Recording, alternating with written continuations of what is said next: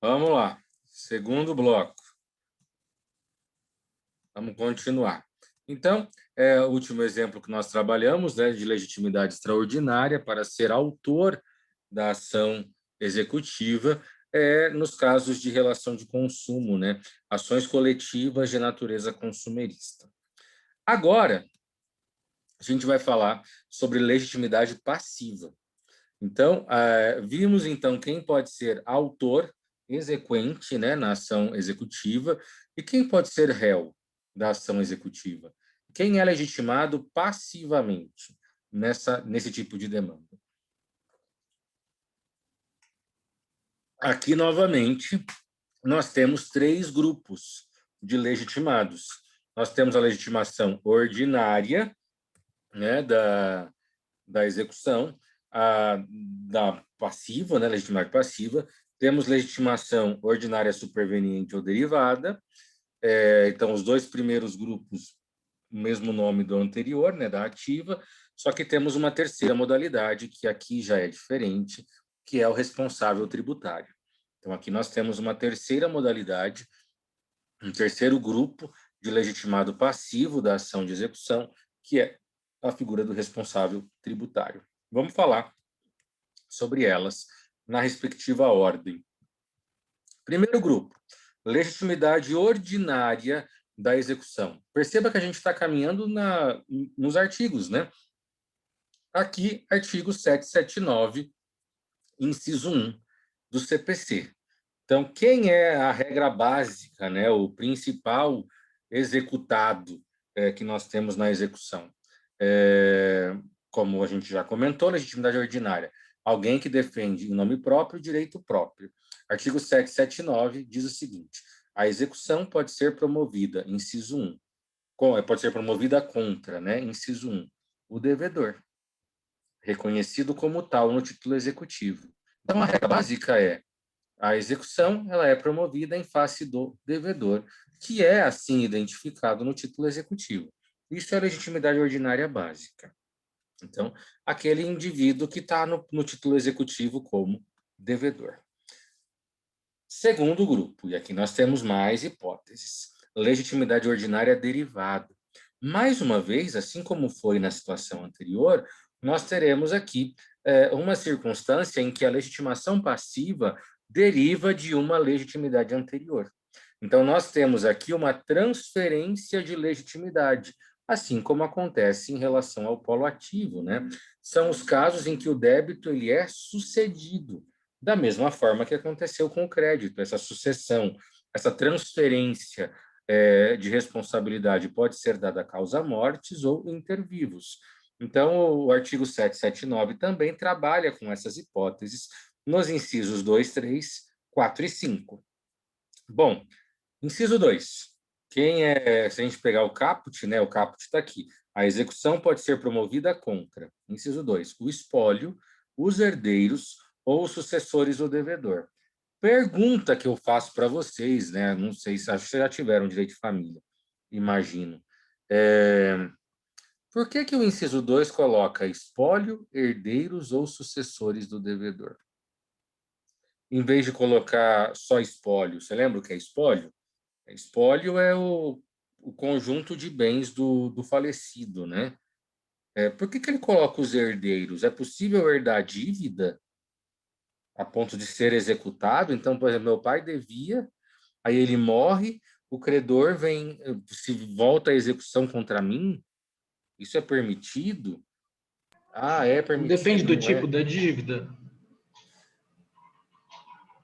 Então, Felipe, claro que dependendo da dívida, e se eu participei dessa dívida ou não, isso vai resultar em algum efeito para mim. Mas se eu não participei da dívida, a dívida é, por exemplo, do meu pai, é da minha mãe, eu não tenho nada com isso. A princípio, o tipo de dívida não vai influenciar nisso, tá? O ponto aqui é, quando uma pessoa falece, se o devedor falece, o executado falece, a execução se volta contra o espólio, que é o conjunto de bens deixado pelo devedor, pelo executado. E aqui nós temos uma legitimidade ordinária derivada. ou superveniente. Antes era o executado, pessoa física, agora o novo executado é o espólio dele, porque ele faleceu. Ah, mas quando serão os herdeiros, os executados? Quando já tiver acontecido a sucessão. Então, se a dívida ela era do falecido, e aí o cara faleceu e houve um inventário, e já houve a divisão dos bens. Nesse caso, eu não tenho mais espólio. Não tenho mais espólio. O que eu tenho são os herdeiros ou sucessores, né? Aqueles que receberam o patrimônio. Uma execução pode se voltar contra os herdeiros ou contra os sucessores? Pode, mas com um critério muito específico. Pode, no limite em que essas pessoas receberam de herança. Então é importante você entender, não é que eu herdo dívida, ninguém herda dívida, isso não existe, a ponto de eu ter que pagar dívida alheia com o meu patrimônio. A questão é, se a dívida é do meu pai, da minha mãe, e ele deixou o patrimônio para mim, esse patrimônio dele, ainda que tenha vindo para mim, pode ser utilizado para o pagamento dessa dívida remanescente. Então, é nesse sentido que nós temos a possibilidade de colocar o herdeiro no polo passivo como executado, algo que muitas pessoas nem imaginam. Então, é assim, meu pai deixou uma dívida de 500 mil reais, por exemplo. E aí ele falece, fizemos o inventário e veio para mim, ele só deixou um carro. E o carro veio para mim. Vamos supor, minha mãe é falecida, enfim, o carro veio para mim. E o carro vale lá 25 mil reais. O exequente, ao cobrar essa dívida de 500 mil, pode se voltar contra mim? Pode, no limite do que eu recebi. Então, ele vai poder, no máximo, pegar 25 mil, que é o que eu recebi da herança. O resto ele perdeu. Então, é nesse sentido, tá? Que a gente tem essa transmissão para herdeiros ou sucessores. Qual é a diferença de herdeiro e sucessor? Herdeiro, a gente está falando de herança mesmo, herança legítima, né? Quando a gente pensa em sucessor, eu tenho a figura de substituições, inclusive por meio de testamento, tá? Alguém que foi ali designado para tal. O André tinha liberado o microfone, não sei se tem alguma pergunta.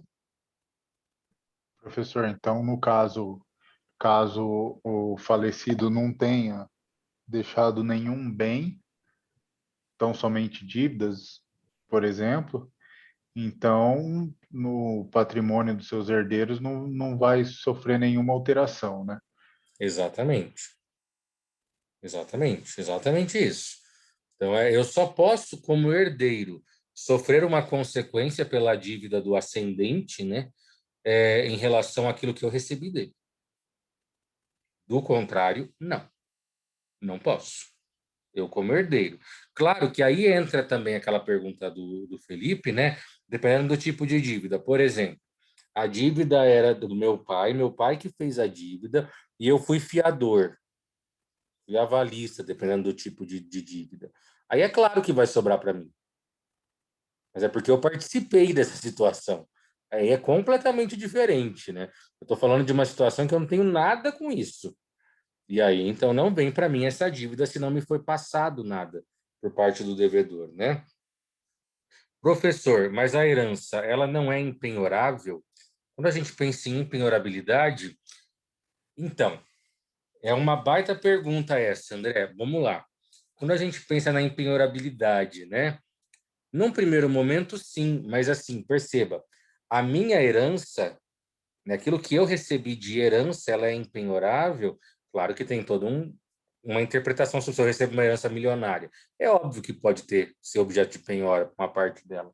Mas a minha herança, ela pode ser considerada empenhorável em relação às minhas dívidas. Aqui a gente está falando da minha herança em relação à dívida daquele que me deixou a herança. Então a relação aqui é diferente, tá, André? Então eu estou falando assim, meu pai me deixou uma herança, mas a dívida é do meu pai, não é minha. Então eu tenho essa empenhorabilidade em relação à minha herança, em relação às minhas dívidas, mas não em relação às dívidas daquele que deixou a herança para mim, ok? Então essa é uma distinção importante, tá? Mas a sacada é muito boa. Vamos lá. Então, essa é a situação do inciso 2, né? como executado. Inciso 3. O novo devedor que assumiu, com consentimento do credor, a obrigação resultante do título executivo, né? Então, aqui a gente tem uma cessão de dívida mesmo, que é possível acontecer. Então, nessa cessão de dívidas, eu tenho esse novo devedor assumindo o lugar daquele devedor inicial. Então, mas para isso eu tenho que ter o consentimento do credor. Então, é possível essa substituição também.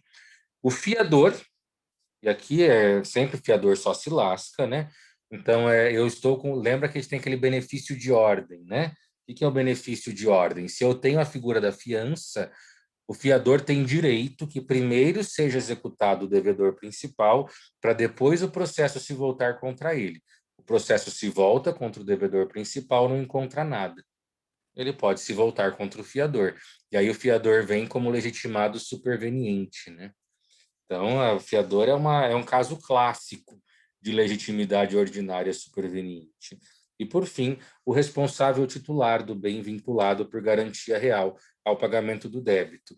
Então, aqui seria a seguinte situação. O meu pai faz um débito, faz uma dívida, e eu dou um bem meu em garantia à dívida do meu pai. É possível que isso aconteça, né? Então, a dívida do meu pai, eu vou lá e coloco, hipoteco um terreno meu para garantir esse empréstimo do meu pai. E aí, se ele não paga? Se ele não paga, meu pai será o imediato executado, legitimado ordinário primeiro, não conseguindo receber nada, perfeitamente essa execução se voltará contra mim, por força dessa garantia hipotecária prestada. Então, essa é a hipótese do inciso 5. Beleza? Alguma dúvida até aqui? Estamos bem? Professor, Oi. essa legitimidade superveniente, isso acontece tudo dentro do mesmo processo, então não vai ser um novo processo que você vai ser o réu daí. Exatamente. Nós teremos aqui essa transferência, né? A ideia da legitimidade superveniente é exatamente essa configuração do aparecimento posterior do executado, da substituição. Então, é tudo no mesmo processo. Uhum. Beleza. Aqui tem o artigo 796, que vai falar sobre aquela questão, né, da dívida, né, da herança, né? O espólio responde pelas dívidas do falecido, mas, feita a partilha, cada herdeiro responde por elas. O que é elas aqui? Elas, ela remete ao quê? Às dívidas do falecido. Esse elas aqui se refere às dívidas do falecido, dentro das forças da herança e na proporção da parte que lhe coube. Então, sempre eu estarei limitado e protegido por aquilo que eu recebi. Jamais a dívida do falecido poderá entrar no meu patrimônio, a não ser, é claro, como eu comentei, né, na hipótese do inciso 5, se eu entreguei um bem meu para garantir esse débito que não era meu, né? Aí é a figura da pessoa sonsinha, né? Aí faz parte. O Oi, professor, Oi. no caso da compra de um veículo, vamos supor que a pessoa venha a falecer. Aí a herança dela pode ser usada para pagar a dívida ou não? Ou tem uma garantia no financiamento de um veículo? Tá, mas calma E aí. se você... Vamos dar nome aqui aos exemplos. Quem faleceu? O comprador do veículo? Isso, Tá, e o veículo é financiado. certo. Na tua pergunta, o veículo é financiado, é isso? Isso mesmo. Tá, e aí você quer saber, por exemplo, o veículo é financiado, então, a princípio, ficou lá uma dívida. Daí a pergunta sua é Se se o os herdeiros patrimônio vão dele... receber o veículo, é isso? Não, eles terão que pagar essa dívida do veículo ou não? Como fica nessa situação? Tá, aqui são várias possibilidades. Normalmente, Wellington, o financiamento ele tem embutido no próprio valor da parcela um seguro que vai realizar a quitação do bem se houver falecimento. Mas pode ser como o seguro ele é embutido, mas se a parte quiser abaixar o valor da parcela, ela briga lá com a financeira, ela pode retirar esse seguro e ficar sem o seguro. E aí pode acontecer isso. Houve, por exemplo, a morte, né, do adquirente, do proprietário, e ele, então, deixou herdeiros. O que vai acontecer? Como eu comentei, herdeiro não herda a dívida para que ele, com a sua própria força, pague. Então, quer dizer que os herdeiros terão que pagar essa dívida restante? Não. Esse veículo vai ser utilizado para pagar a dívida. Então, o que vai ser analisado? Bom, o veículo vale tanto, já foi pago tanto, o veículo provavelmente será leiloado, vendido, enfim. E aí vai ser pago a diferença. Sobrou um dinheiro, esse dinheiro que sobrou é entregue aos herdeiros, que vão partilhar. Ah, mas o veículo foi para leilão e não foi suficiente para pagar o débito deixado. Então, o banco fica sem receber. Ele não vai poder, nesse caso, atingir patrimônio pessoal dos herdeiros para receber. Entendeu? Sim, obrigado. Nada. Terceiro e último grupo, né, da legitimação, da legitimidade passiva da execução, né, legitimidade passiva da execução. Qual é o terceiro grupo que nós temos como executado? O responsável tributário. E aqui entra o 779, inciso 6.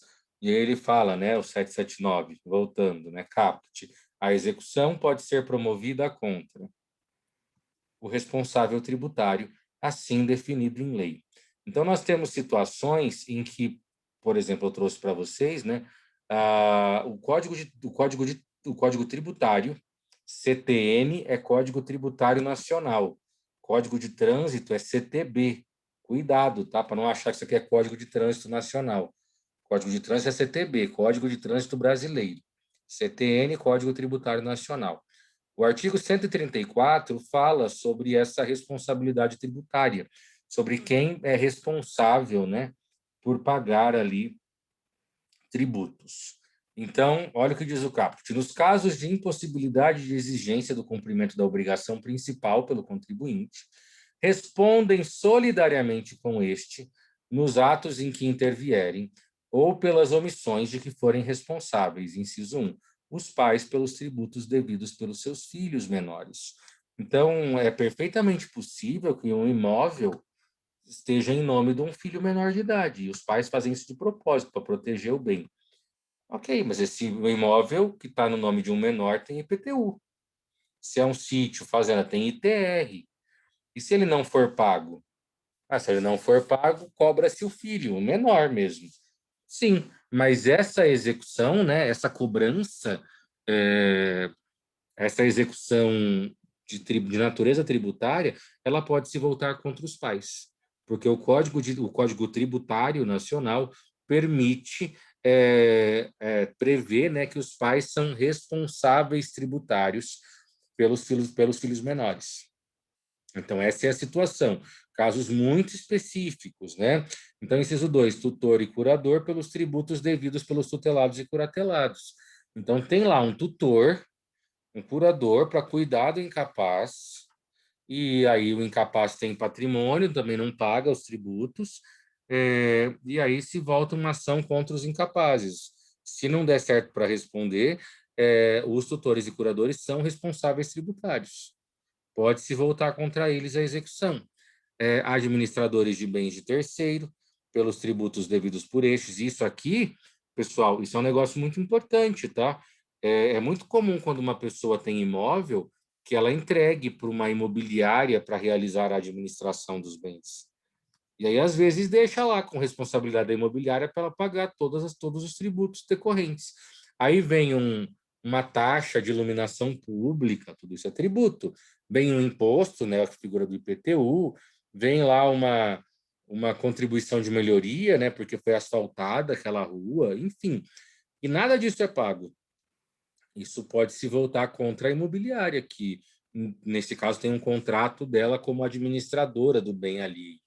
Então, são situações que a gente vai observar no artigo 134, onde se verifica esse responsável tributário. E esse responsável tributário, ele pode sofrer as consequências, né, ele pode sofrer as consequências dessa execução. Ok? E aqui tem outras mais, né? Síndico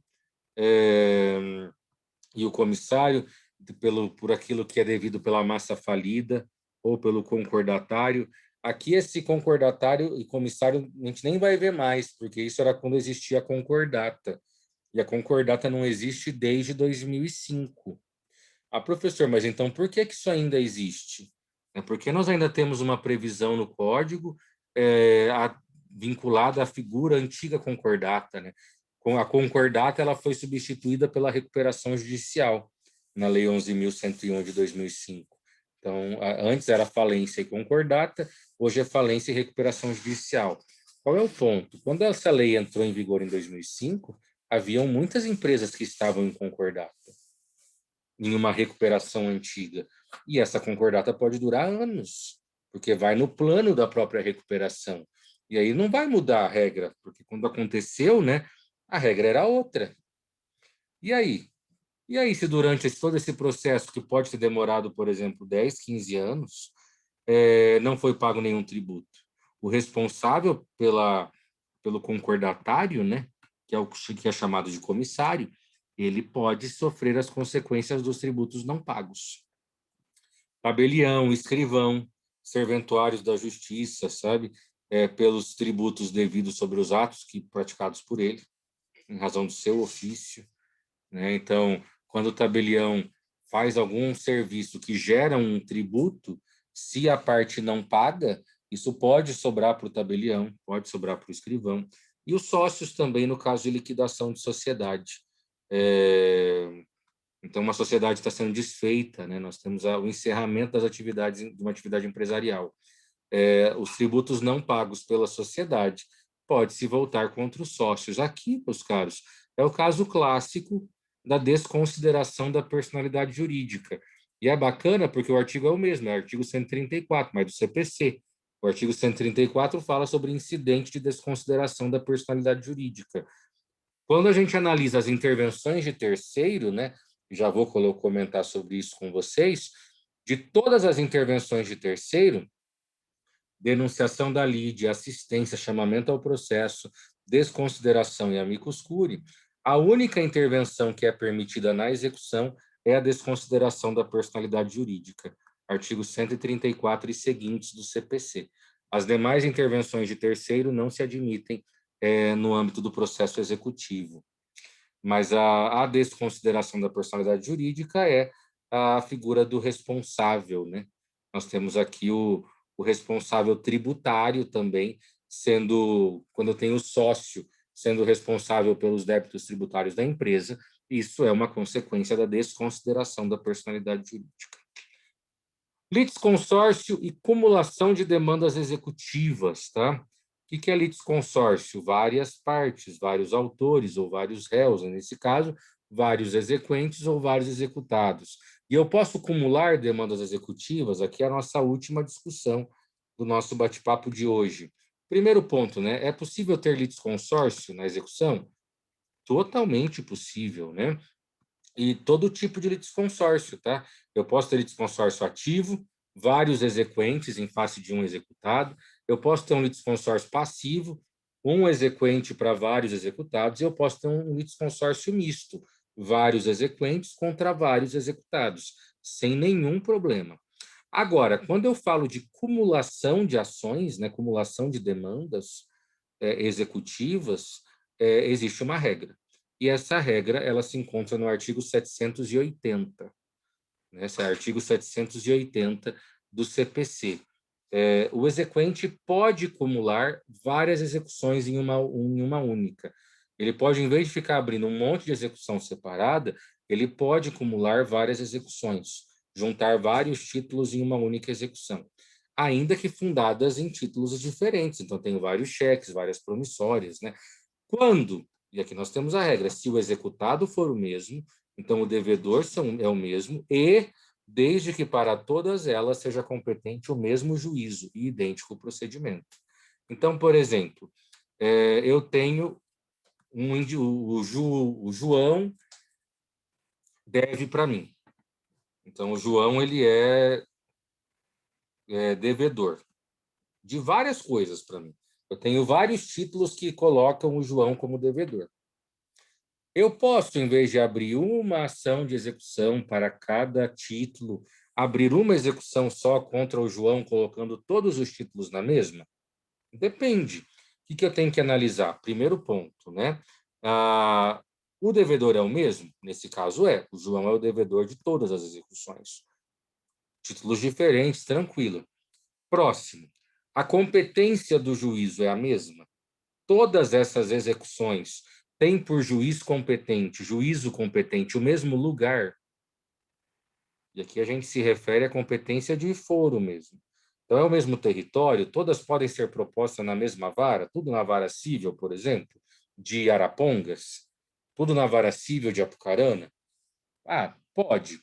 Então até aqui, ok. Agora o ponto-chave. Todos os títulos são representativos do mesmo tipo de execução?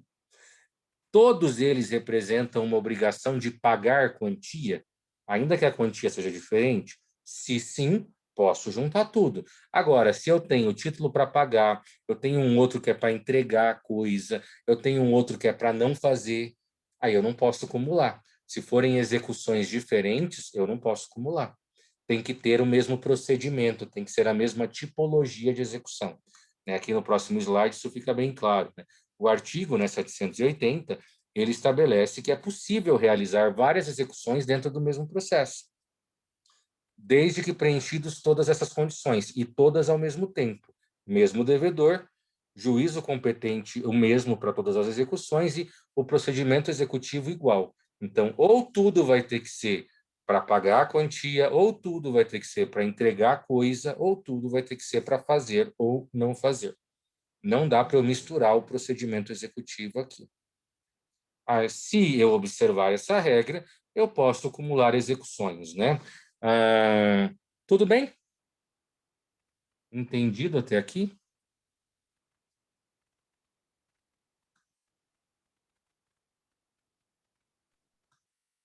Professor, Tá bem tranquilo, professor, para mim. Beleza. Diga, André. essa última aí por exemplo, se o devedor ele me devia um valor líquido e, por exemplo, ele é um pintor, né, cuja a gente não consegue substituir porque eu contratei por ser ele mesmo. E ele tinha uma obrigação de fazer para mim. Aí eu não E era uma consigo obrigação personalíssima. isso. Eu não consigo então cobrar isso tudo numa mesma execução. Não, porque são ritos diferentes. Entendi. São execuções diferentes. Só deixa eu ver. Certo. Entendeu, André? Entendi. Beleza, então, meus caros. Por hoje é só. Nós encerraremos por hoje. Eu acabei de ser notificado de mais 10 minutos somente de aula, né? Terminaríamos mais cedo. 10 minutos mais cedo, de qualquer forma, mas vamos parar por aqui hoje. Bom resto de sexta-feira para todos vocês. Falou, professor. Falou, Tudo Moacir. bom. Abraço. Falou. Até.